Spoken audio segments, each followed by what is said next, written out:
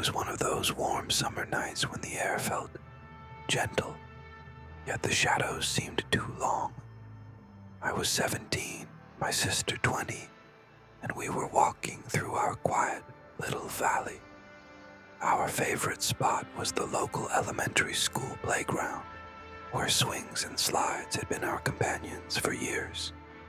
The night was peaceful, or so we thought. We had just returned from grabbing snacks at the local store, sitting on the swings, laughing, sharing stories.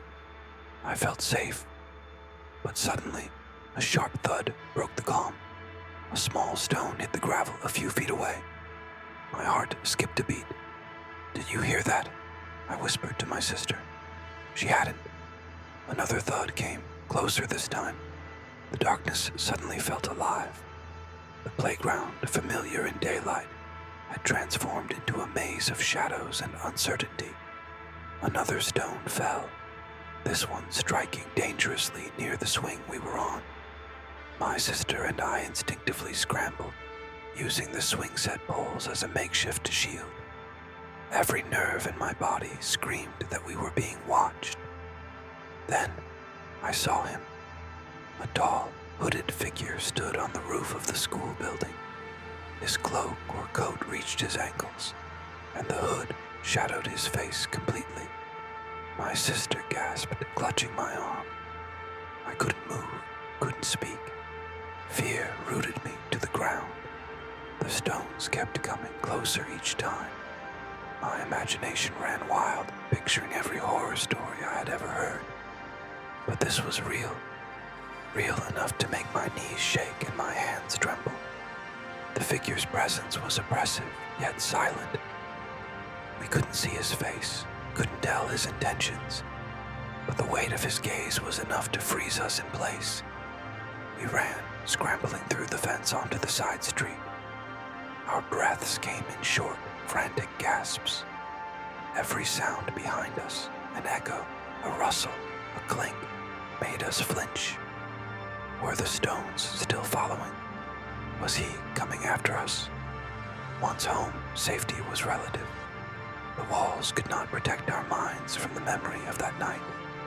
Every shadow in the room, every creak of the floorboards, every gust of wind reminded us of him. Sleep became impossible. The fear had grown from a sudden shock into a lingering companion. We were cautious everywhere.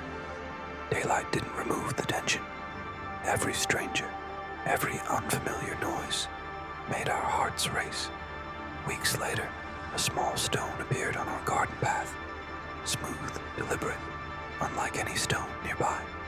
My sister held it, pale and trembling.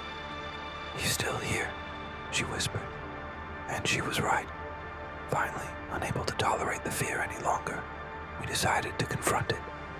We returned to the school playground, standing at the edge where the first stone had landed. Our hearts hammered, our breaths shallow. Every shadow seemed to move, every sound amplified.